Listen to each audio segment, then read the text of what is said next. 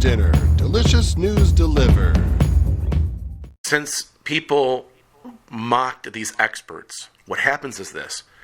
It's kind of like Bobby Fischer playing chess against somebody who's a hobbyist at it. Bobby Fischer could crush you in chess 1,000 games in a row blindfolded. And that's what this virus has done to our government, to our nation, to our world, to our way of life, and everything in between. Okay? We've been playing checkers. We should have been getting with the grandmasters to face Bobby Fischer one-on-one with 100 grandmasters, and possibly we may still have lost. Bobby Fischer, at his height, could have defeated an army full of grandmasters. He was just that good. So here we go, pressing forward, and this is going to be the long tooth, but I just want to let you guys know that this 100% could have been averted, because you would have put all the testing, all the resources into any area like a wildfire. You would have rushed to that area, eradicated it, and then there's no threat. Okay? Instead, this thing, because the Chinese government decided to lie, it got a foothold. Because for whatever reason, it was seen as extreme. There was trepidation on blocking flights and travel to the United States, so there was a slight pause. And then now it's here. It's invisible.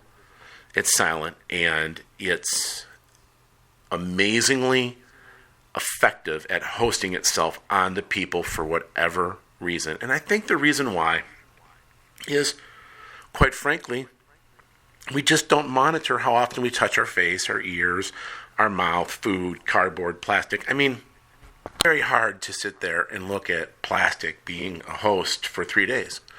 It's very hard to take your bags in or not to take your bags in, put this bag in the garage, clean this off, bring in the wipes. If you have wipes, the wipes are out. Can't find a thermometer. Bleach this, do that. I mean, look, the list is just endless, okay? But, even like going to the store and wearing a respirator mask. I mean, where's my goggles? I mean, now you got to have goggles on. I mean, it's like people say, oh, God, you're overreacting. But look, I mean, if you're diabetic 1 and you've got blood thinning issues and clots, and you get this and it's absolutely going to take you out of this world, well, possibly maybe you shouldn't even be in the store, sure, but what if your boyfriend has to go to the store and he didn't wear eye goggles? Or, so something as crazy as that. So now the current state we have is where we can't test. We don't know how many people have this. We only know the people that come in the hospital. They're tested because, we've got to know this guy's got pneumonia, he's got a fever. Is it COVID? Is it coronavirus? So, the people that are not somatic of aggressive hospitalization needs, can't breathe, need a ventilator, and then onward, those people are going to have to fight it out. And listen, the United States has done an exemplary job of fighting this. If you look at the death toll, based on how many people have it, I mean, our doctors are wizards. They're amazing. It's not like in Italy if it's 10% of people are dying. I'm shooting from the hip on that. I'm just went off the numbers that I saw. But regardless, I mean, the United States, it's really low. I can't cite the exact numbers. I don't want to seem like an idiot and cite the wrong numbers, but I think it's as low as 2 or 3%. It might even be lower than 2%. It might even be like 1.6 or something like that. But hats off to the medical community. They're amazing. So let's continue on with this. Hold on one second. From school, some help to watch the kids so she can be in school. So the bill we put on the floor, I know you haven't asked me, but I'll get right to it, has 2 titles. It's called Marshall Plan for Hospitals and Protecting Our Workers Above Corporations. And the bill the Republicans put on the floor, you saw some of them complaining, had none of this. We greatly expanded it. It's not close. So we got much more money for hospitals. Second, workers. What about all these people who are being laid off? We have unemployment insurance on steroids. You will be able to apply quickly for unemployment insurance. You'll get your full salary for most workers for 4 months, and you'll be furloughed. So if your company or the people you work for have health care for you, you keep getting that. And so that gives the money where it's needed.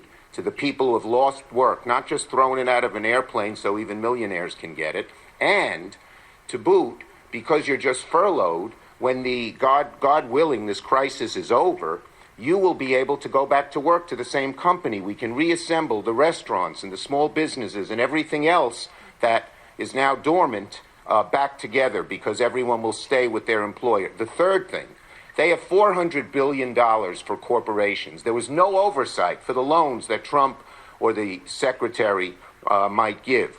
We have real oversight. In fact, Elizabeth Warren, who's been very tough on this, helped. Every contract they make has to be made public within 7 or 14 days. In their bill, there was no publicity of it for 6 months, so we'll know what these are.